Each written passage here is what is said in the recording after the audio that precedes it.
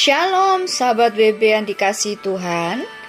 Renungan harian Wanita Bijak hari Rabu tanggal 31 Juli 2024 dengan judul Bertumbuh dalam Karakter Kristus.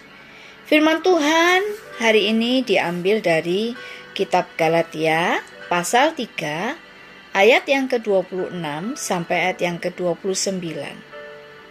Galatia pasal 3 ayat 26 sampai 29. Sebelum kita mendengar firman Tuhan, mari kita berdoa terlebih dahulu. Bapa, terima kasih untuk hari baru yang Kau anugerahkan kepada kami. Kami percaya Tuhan terus memimpin menuntun kami. Hari ini kami rindu mempersembahkan kehidupan kami lebih berkenan lagi kepadamu.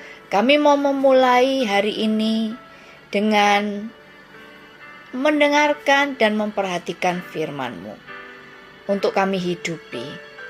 Bantu kami ya Roh Kudus untuk kami bisa memahami dan melakukannya dengan penuh sukacita.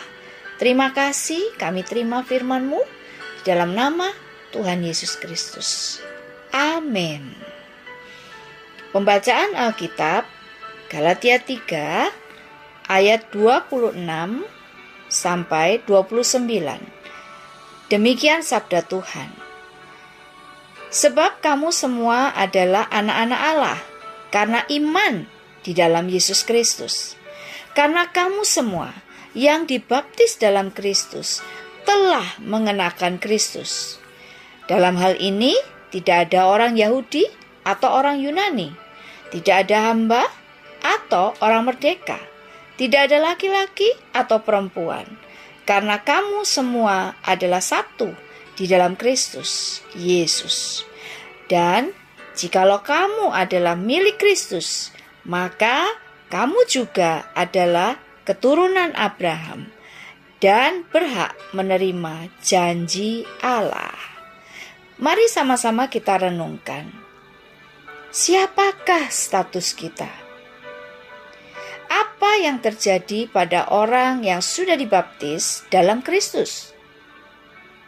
Apa hak yang kita peroleh saat menjadi milik Kristus? Demikianlah sabda Tuhan. Berbahagialah mereka yang mendengarkan firman Tuhan dan melakukannya. Haleluya. Sahabat WB yang terkasih, kita telah mengenakan Kristus yang tertulis di dalam Galatia 3 ayat 27 di dalam terjemahan bahasa Indonesia masa kini adalah sudah menerima pada diri kalian sifat-sifat Kristus sendiri. Penting untuk kita memastikan bahwa di dalam hidup kita sebagai pribadi yang telah menerima anugerah keselamatan di dalam Tuhan Yesus Kristus, maka sifat Kristus sejatinya menyatu dan menjadi sifat-sifat kita. Sifat Kristus diantaranya kasih, murah hati, penuh belas kasihan. Sahabat WB, Kristus harus benar-benar menjadi pusat hidup kita, menjadi pusat dari segala hal yang kita lakukan, kita pikirkan, dan kita putuskan. Dalam apapun yang akan kita lakukan, kita harus bertanya dan pada akhirnya memilih taat pada kehendak dan keputusannya. Ketika mengalami persoalan, kita cari jawabannya di dalam firman Tuhan dan bukan memakai kekuatan sendiri. Itulah yang membuat kita menyatu dengan Kristus. Sahabat WB, menyadari bahwa hidup kita bukan sendiri lagi, bukan saya lagi yang hidup, melainkan Kristus yang hidup di dalam saya.